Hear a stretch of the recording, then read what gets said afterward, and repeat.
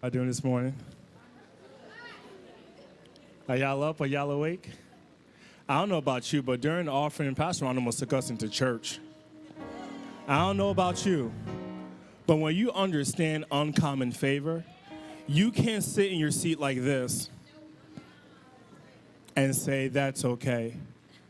The emotional and psychological turmoil to sit there and be marked up, told that you're about to be cut up, and then you walk in days later, and they are baffled at the fact that they have to erase every single thing they put on your body. That will make you shout.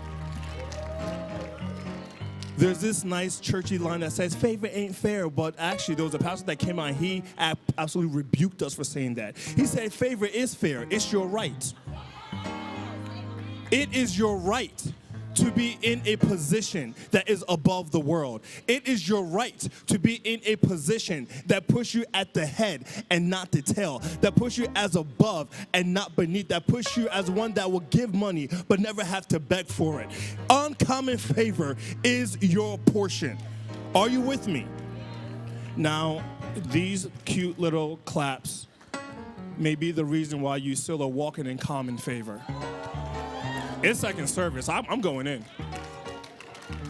So perhaps you need to give him an undignified praise so he can release an undignified blessing. So how about you hop up on your feet? How about you get up on your feet? Come on. If he's done anything for you,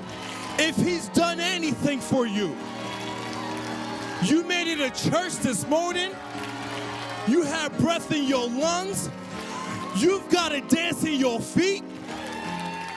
Oh, come on now. Your undignified praise will release an undignified favor. Come on. Give him an uncommon praise. He deserves it. He deserves it. Come on. Come on. You've got to push through. Don't stop. Don't stop. Work that muscle for uncommon favor. Work that muscle for uncommon praise. Work it. Come on. Come on. Come on. The Bible declares that there was a time that the people of God did not have one, not two, but three armies coming against them. And they thought, well, maybe we're just going to lose. I mean, it's 3 versus 1, right? The math does not work in their favor. But the Bible says that they began to praise. They didn't fight. They didn't take it to social media. They didn't go in a fake prayer circle where you're just going to go and gossip. They went and they started to praise. I'm going in. And the Bible declares that by the time they were done praising, they got to the battlefield. And guess what they saw?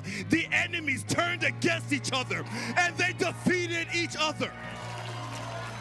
Then the Bible goes on to say that for 3 days, not one, not two, shout 3. That for 3 days they had to take that time to collect all the uncommon spoils that they did not fight for. I dare you in this place, lift up your voice, and by the time you get home, every single thing shall be defeated in your favor.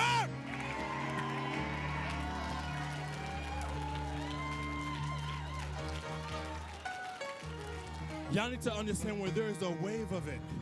I know it's offering and, well, it's a cute little word from Malachi. I'm going to give my 10%, so $1 or $2. But when you see that there's a shift in the word, and she says that the word does not return void, but it will go forth and accomplish what it's set forth to do, then you hear that God is watching over his word to make sure that it performs. And he says that he even holds his word above his own name. Who am I to sit back with my hands crossed and my feet crossed and say, well, it's just a cute word? I will uncross my legs. I will uncross my hands. I will stand up and give him an undignified praise because the word has gone forth in my favor.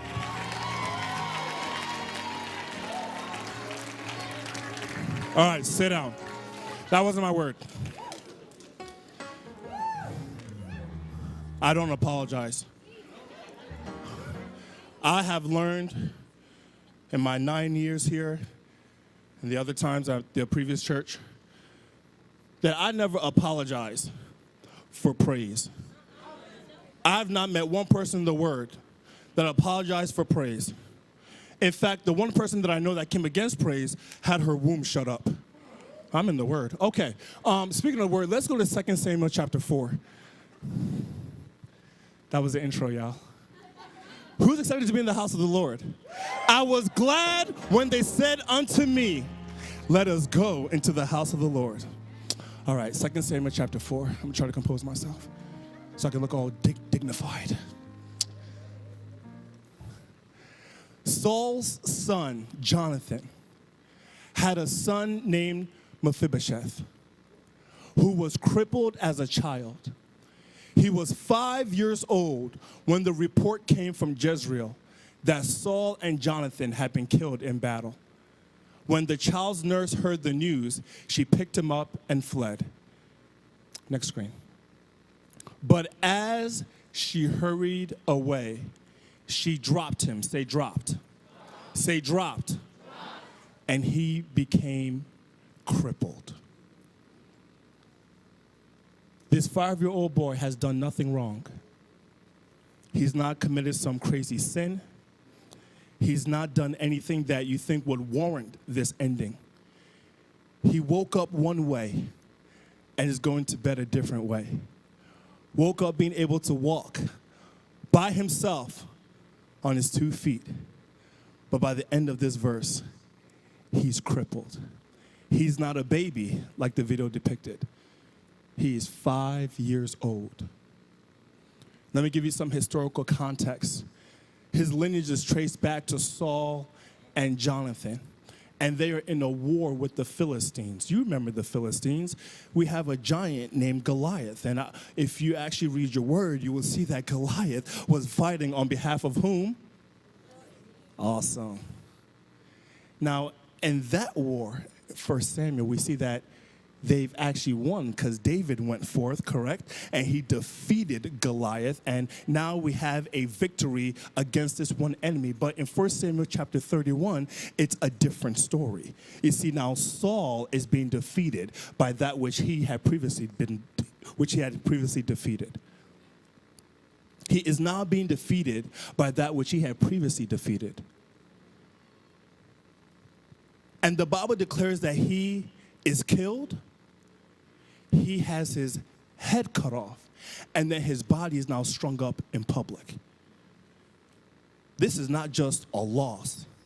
This is an embarrassment. So now we have the king that's been killed. But then the Bible goes on to say that his son, one of his sons, Jonathan, we remember Jonathan, that was David's best friend. Do you guys remember that? Jonathan, he was killed as well. We're not sure of the details in the word about what happened after he was killed. We just know that he was killed. So now we have the king, and now we have the son. Do you see the attack on the family?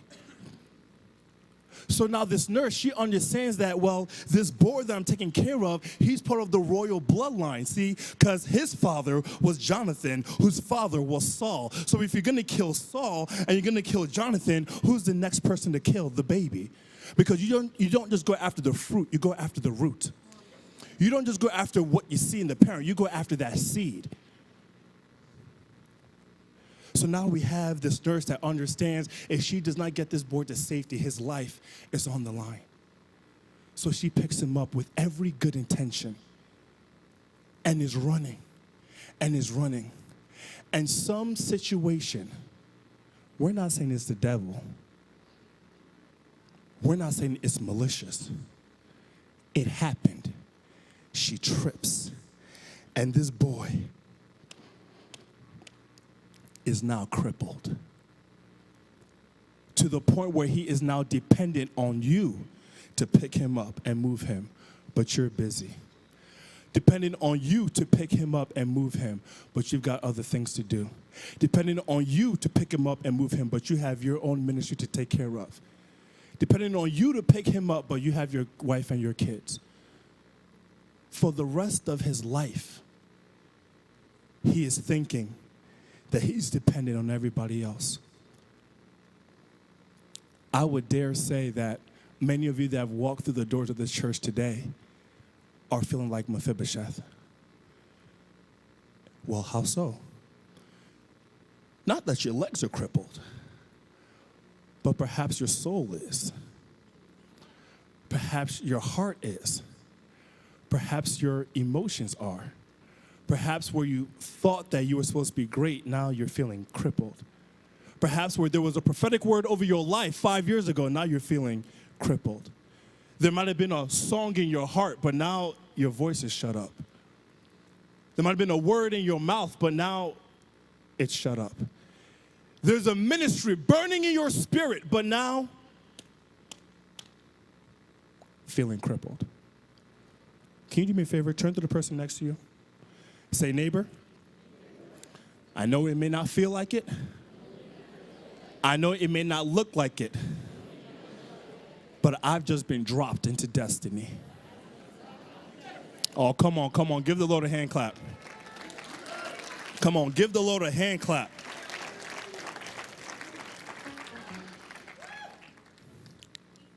I love to just study words and begin to see what is their etymology. So I said, for a name like that, to spend all week trying to not mess up.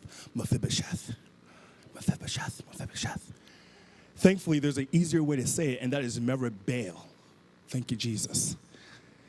And when you look up Meribbaal in the Hebrew, it means a destroyer of shame.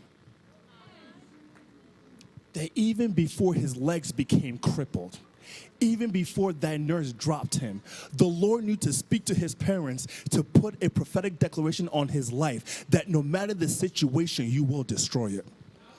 No matter the problem, it will not overcome you. No matter what the world may say about you, you are empowered and entitled to destroy it. A destroyer of shame. There's another term that says out of the mouth of shame, which means that you were in the midst of it and you're literally just bursting out. I believe that if you walked in through this door, you're about to burst out of some things by the time today is over. Are you with me? So I truly believe that there are benefits to being dropped into destiny. Well, he's crippled. I believe still there are benefits to being dropped into destiny. We're going to look at this expositorily from 2 Samuel chapter 9. Genesis is like, okay, good. Let me write this down. Oh, my scholars. 2 Samuel chapter 9. You guys ready? Here we go. One day, David asked, is anyone in Saul's family still alive? Anyone to whom I can show kindness for Jonathan's sake? Next slide. He summoned a man named Ziba. Say Ziba. It just sounded good to say that. There's really no reason. Who had been one of Saul's servants. Are you Ziba? The king asked. Yes, sir, I am, Ziba replied. Next slide. The king then asked him, is anyone still alive from Saul's family? If so, I want to show God's kindness to them. Ziba replied, yes. One of Jonathan's sons is still alive. He is crippled in both feet. Did David ask him about his feet or just what his name is? Hold on. Go back. Where is he? The king asked. So here's point number one. Being dropped into destiny will restore your name. See, the challenge that most of you have gone through in 2018 is that your name has been primarily in the mouth of your haters. Well, I saw somebody in the back. Thank you. You're going to make me preach this word, girl. She said. You've had to fight off social media. You've had to fight off group text messages. You have to fight off people in church. Can I keep it real? That every time your name is mentioned is not positive. They have your name in your mouth, in their mouth, and every shortcoming on the tip of their tongue. Well, I remember when she did this. How is she going to be used in the kingdom? I remember this. Oh, I remember back in the day when he used to do that with her. Second service, y'all. I remember all these things about them. They can never be used. It's so interesting that the king asked for his name, but the servant brought up his problem. But this is what I really felt in prayer when I was preparing this sermon. In 2018, your name was in the mouth of haters. But in 2019, your name will be in the mouth of kings.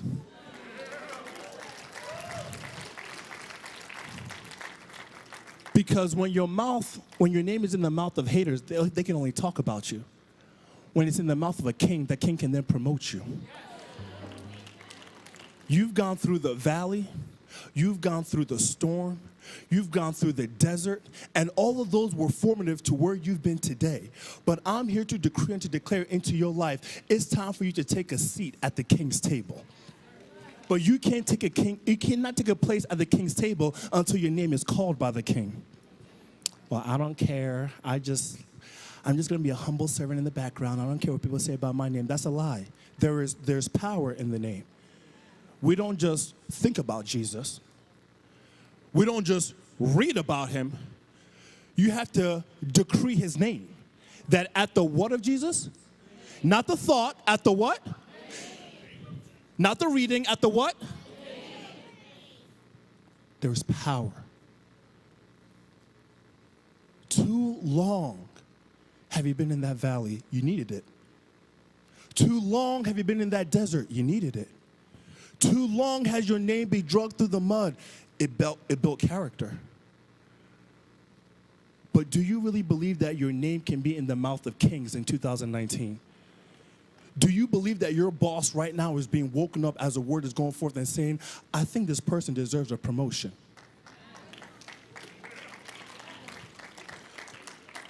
Do you think right now that as this word is going forth, that the person that controls your rent is saying, I think you're paying a little bit too much? Yes, sir. See, only one person got that. Let me go into my flesh just a little bit. That person that you've been praying for because you want to be with. And you've been saving yourself and consecrating yourself. Do you not think that the word could go right now and open up their eyes?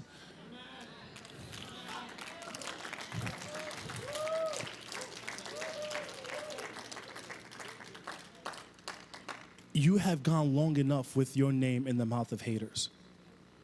It is time for you to understand that there is power in your name in the mouth of a king. David did not say, well, why is he crippled? He said, where is he? Which means that when he spoke his name, he brought his name into proximity to him. When the king speaks your name, he's going to bring you in. So let's go back. I believe we're at verse 4. So that was point 1. Let's go back to verse 4. Where is he, the king asked. In Lodebar, Ziba told him, at the home of Machir, son of Amiel. Next slide. So David sent for him and brought him from Machir's home. His name was Mephibosheth. He was Jonathan's son and Saul's grandson. When he came to David, he bowed low to the ground in deep respect. David said, greetings, Mephibosheth. Man, he has his name so many times. Mephibosheth replied, I am your servant. It's so different, like reading it versus actually talking it out so many times. Don't be afraid, David said. I intend to show kindness to you because of my promise to your father Jonathan. I will give you all, shout all the property that once belonged to your grandfather Saul, and you will eat here with me at the king's table. If you're taking notes, point number 2, being dropped into destiny will restore your seat. Remember, he had a royal bloodline going back to Saul, which then went to Jonathan. So he has that royal bloodline, but when he was dropped, he was seemingly forgotten. They forgot that he was the grandson of a king. They forgot that he was in that royal bloodline. They forgot that he's not just some crippled guy on the street, that this used to be the grandson of a king. Who here has ever felt forgotten? Be real. Raise your hand. That you know who you are deep down, But due to the culmination of your life's experiences, it's as if you've been forgotten. But can I share something with you? There is a covenant right that you have that makes it impossible for God to forget you. There is a covenant right that you have which makes your bloodline irrevocable. It is impossible for God to stop blessing you. It is impossible for God to forget that you belong at the king's table. God will be going against his word if he does not bring you back to your rightful seat. That's the power of the word. That's why I got so excited when Pastor Wanda was talking about it. God is held by his word. I can pray boldly. God, it is in your best interest to bless me, because if you don't, you will be against your word. Oh, y'all don't pray like that? I remember Pastor Jade, oh my goodness, she said a bold prayer that I'm so struggling with from a theological standpoint. She had a sickness try to come upon her. And she was audacious enough to say, God, if you don't heal me, I will never serve you again, because you're going against your word. It's my covenant right to be healed. So either you heal me or I'm done. I was like, ooh, I struggle with that, Grammy. I don't know about that. But she held on to it. Because regardless of my theological understanding, she had an experience with God so close to her covenant right that, God, it is in your best interest to hold up your word in my life. And you have a covenant right to be at the king's table. It all goes back to the seed. I can show you by Abraham and Sarah. Y'all remember them? Father Abraham had many sons. But before the many sons, he had none. And the Lord told him he was going to have some, Janice. But he said, Lord, it's not working. Sarah said, it ain't working. So Sarah had this great idea. Said, Abraham, you see that young, cute servant girl over there? How about you go be with her? Get her pregnant, and maybe that's the baby that God was talking about. So like every foolish man on earth, Abraham said yes. Got her knocked up. She now has the baby, and Sarah said, okay, I don't like her no more, send her out. Right? But look, even though the baby named Ishmael was not the promised child, he still came from the seed of Abraham. So because of God's word, God was still forced to bless him. Let me prove it to you. So Sarah said, you got to go. So Hagar, the woman, the other woman, puts Ishmael on her back. Abraham says, here's some bread, here's some water. So she's now pushed into the wilderness with a little bit of bread, a little bit of water, and a crying baby. The bread, gone. The water, gone. The crying, not gone. To the point where she finds a little bush and puts the baby underneath and walks away and says that I don't want to hear the baby crying to his death. So she goes on the other side. She can hear the baby. She can't see him. Saying that he's going to die. As a mother, I cannot watch it. So she starts to cry out. And guess what God did? Nothing. I just messed up this entire section's theology. God did nothing. But then the baby started to cry. The baby that was not the promise, but was still in covenant because of the seed. The mother's crying. She carried the baby. She was the one that had to have the belly swell. She had the shame. She had all that. But when she cried, heaven did not respond. But when the promised one, the one in covenant, the one with the seed began to cry out, God had to answer. The Bible declares that water came out of nowhere. Provision came out of nowhere. Not because he did not feel bad for the mother, but he was held by his word to the baby. That's the power that you and I have. As covenant-bearing children of God, you have the right to say, God, I belong at this table according to your word. Oh, well, that's just Old Testament. All right. Let me take you Romans chapter 8, New Testament. In there, we talk about the adoption as a child of God. So the Bible doesn't just say that I'm adopted. It says that I'm now a co-heir with Christ. Ooh. My boys are spoiled. They get whatever they want. Because, she said, preach. Leave my boys alone.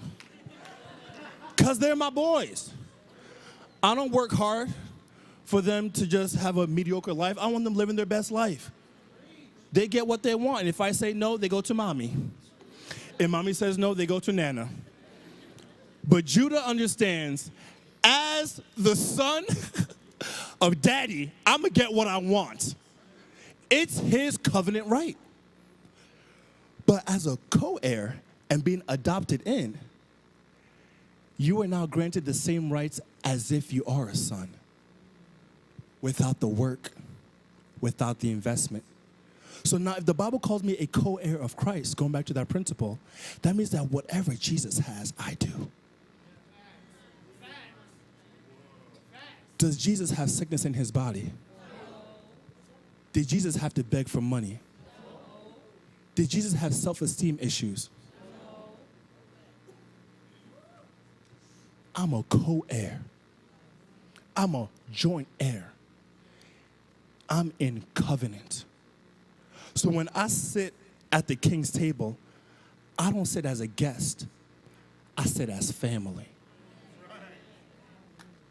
So perhaps the reason why you're not receiving is not because God isn't blessing.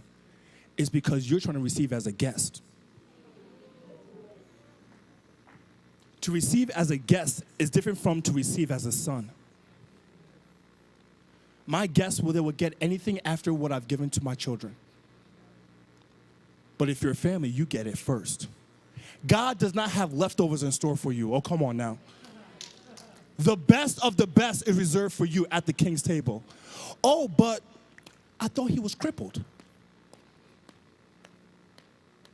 I thought that he really couldn't move.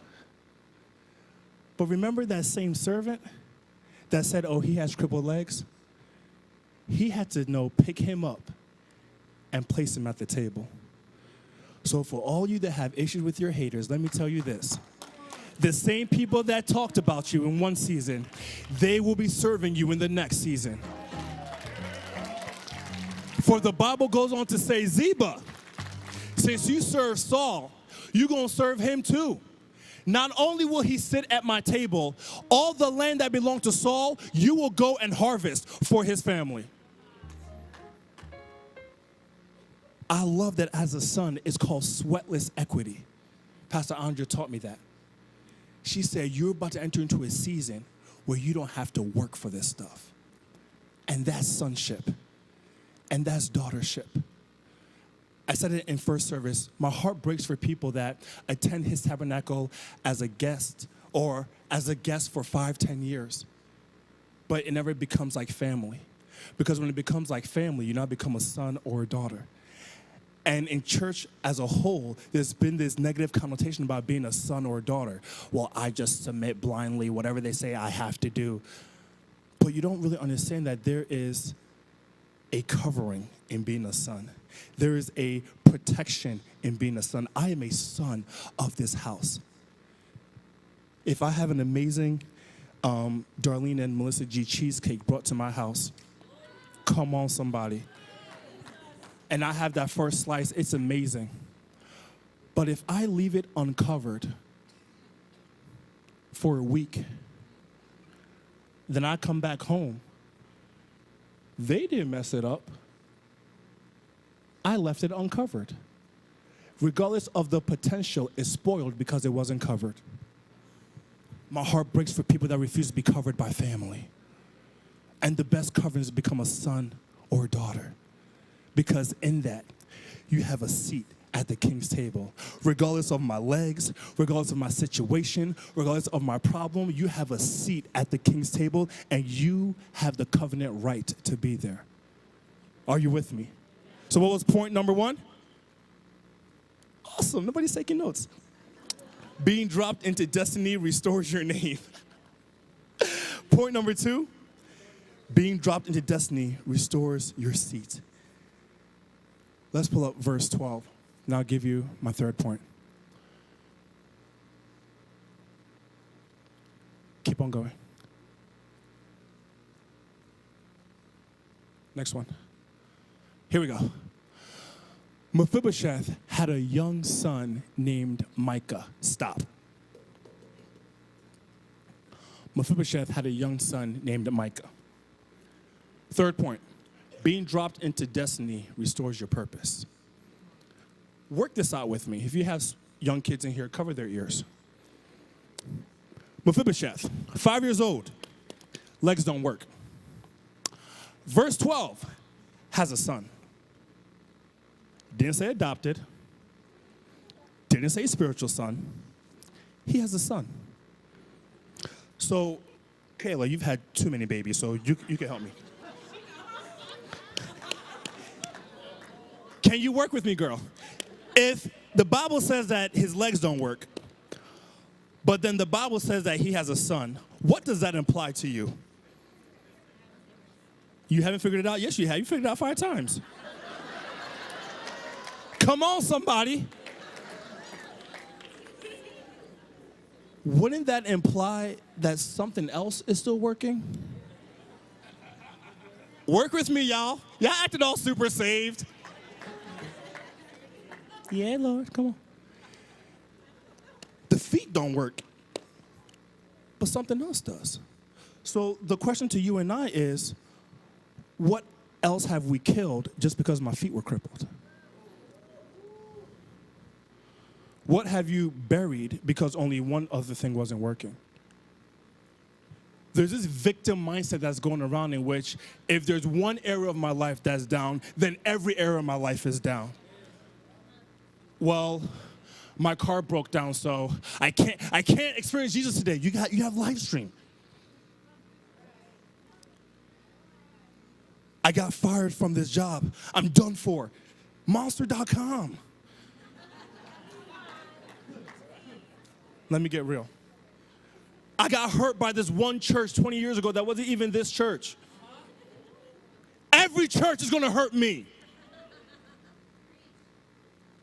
It's a victim mindset that says because I was hurt in this one area, now everything of mine is destroyed. Could you imagine if Mephibosheth said, because of these legs, nothing else is going to work? He would not have had the seed come from him to produce Micah. I come here today to decree into your life, this may not be working. Your legs may not be okay, but your hands can work. The eyes may not be okay, but your ears can work. Stop killing everything off of one thing. There are too many dreams in this room. There's too much purpose in this room, too many destinies in this room, too many ministries in this room that have been wrongfully buried off of one thing going wrong. So my question to you today is simply this. If you've gotten nothing else from this sermon, this one thing. What have you buried in a moment of being crippled? I did not say season. I did not say lifetime. I said a moment. What has the Lord spoken into you that you know you were connected to this house to accomplish? But because of that one thing that you cannot let go even to this day, you've buried it. You've pushed it off. I believe every person is connected to a particular house for a particular reason. And one of those reasons is for this house to help you fulfill your purpose, your God-given purpose. But how can the house help you if you've buried it?